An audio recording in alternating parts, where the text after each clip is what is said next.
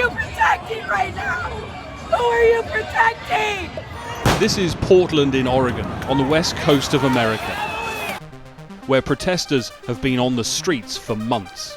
You can't breathe. You can't breathe. Here's why the unrest there matters.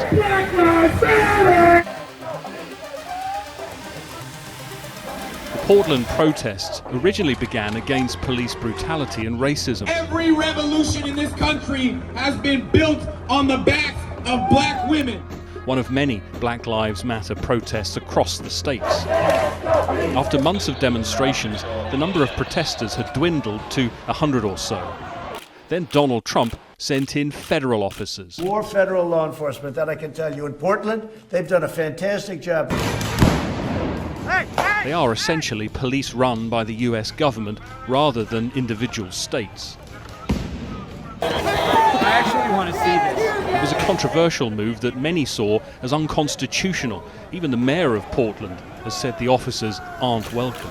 We have federal officers on our streets further escalating tensions and causing harm to Portlanders right now. The feds being here is ridiculous. We need to make a stand and show that's not allowed in our town. Things turned ugly. Dozens of them have just come out and thrown tear gas at a crowd that, on the whole, were relatively peaceful before this happened. A small group of the demonstrators had turned violent. The officers sent to protect government buildings started firing tear gas and rubber bullets at the mostly peaceful protesters.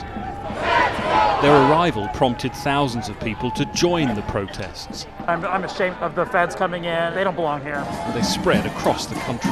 New York and Chicago and Philadelphia, Detroit and Baltimore. Oakland is a mess. Over in Washington, Donald Trump was using the unrest to boost his presidential campaign. This bloodshed must end. This bloodshed will end. Today I'm announcing a surge of federal law enforcement into American communities plagued by violent crime. The president says scenes like this are a sign of things to come if he loses the election in November. Nobody will be safe in a Biden America.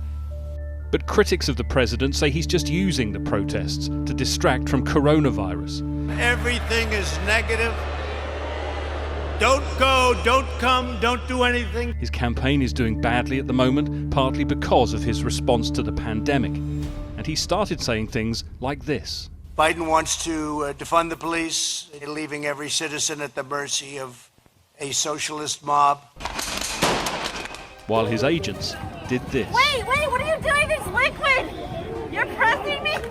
What the? This is what democracy looks like. Tell me what democracy. And that's why these protests matter. We're going to defeat Sleepy Joe Biden. If President Trump can successfully argue that he can keep America safe, he has more chance of retaining the presidency.